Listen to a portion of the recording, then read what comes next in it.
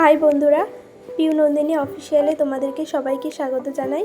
এখানে 800 মতো মটন আমি ভালো করে ধুয়ে পরিষ্কার করে রেখে দিয়েছি।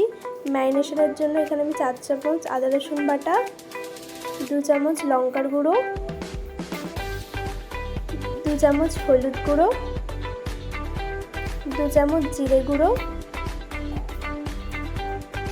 স্বাদ মতো লবণ, সামান্য পরিমাণে সর্ষের তেল,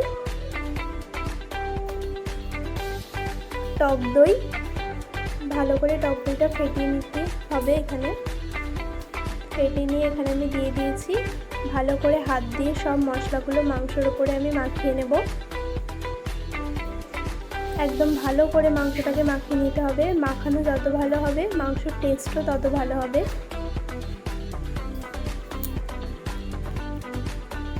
মাখিয়ে নেওয়ার পর এটা আমি 10-15 মিনিটের জন্য ঢাকা দিয়ে রেখে দেবো।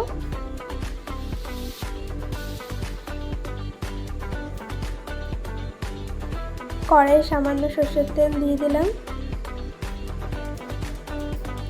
কেটে রাখা আলুগুলো কড়াইয়ের মধ্যে দিয়ে ভালো করে লাল লাল করে ভেজে নেব।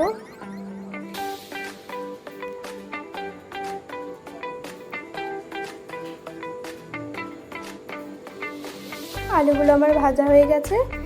এখন আলুগুলোকে তুলে নিলাম।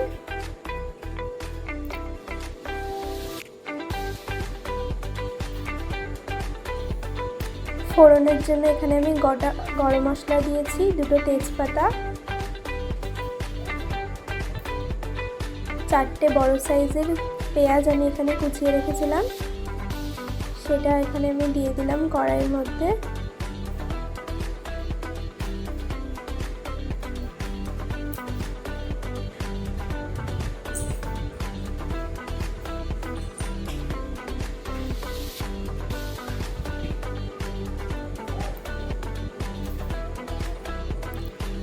ভালো করে পেঁয়াজটা লাল লাল করে ভেজে নিতে হবে।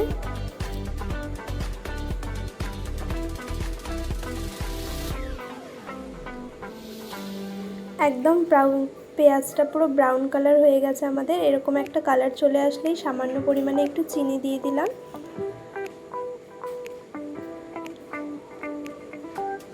এবার আমি ম্যারিনেট করা মাংসটাকে কড়াইয়ের মধ্যে দিয়ে দিলাম।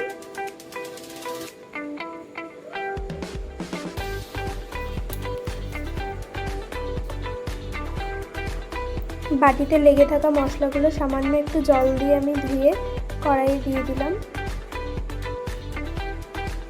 একদম অল্প পরিমাণে জল দিয়েছি। এবার হাই ফ্লেমে ভালো করে মাংসটাকে কষিয়ে নিতে হবে।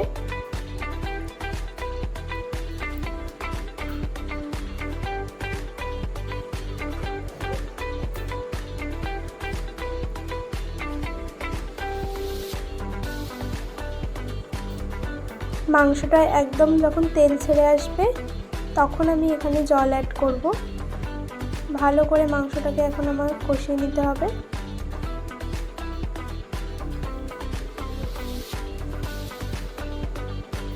মাংসটা আমার দেখো কষানো হয়ে গেছে পুরো। এবার আমি এখানে 1 বাটি মতো জল দিয়ে দেব।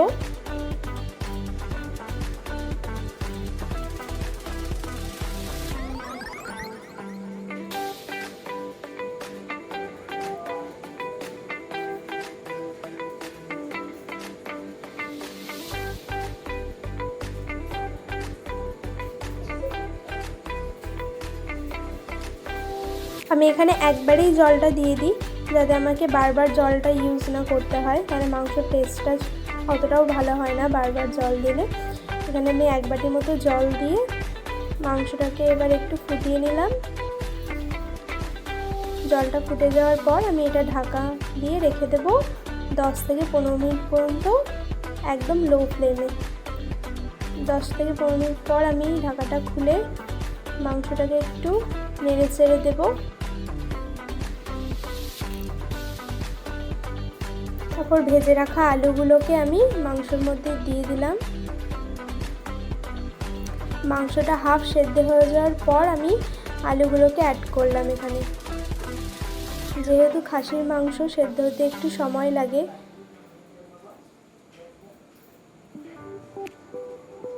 এখানে আমার একটু জল কম মনে হচ্ছিলো, এর জন্য আমি পরে থেকে অল্প পরিমাণে একটু জল দিয়ে দিলাম।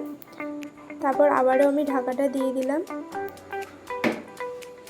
আবার আমি 10 মিনিটের জন্য রেখে দিয়েছিলাম। ঢাকাটা খোলার পর এবার আমি এখানে গরম মশলা দিয়ে দেব।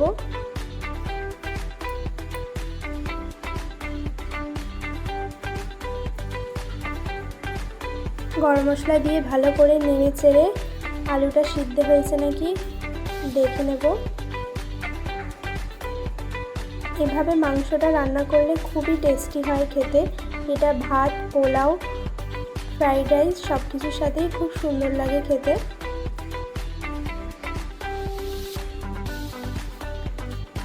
আমার এই রেসিপিটা তোমাদের যদি ভালো লাগে চ্যানেলটাকে সাবস্ক্রাইব করে দেবেন। আরও নতুন ভিডিও পাওয়ার জন্য আমার ভিডিওটাকে একটা লাইক করে দেবেন। সবাই ভালো থেকো, সুস্থ থেকো, টাটা।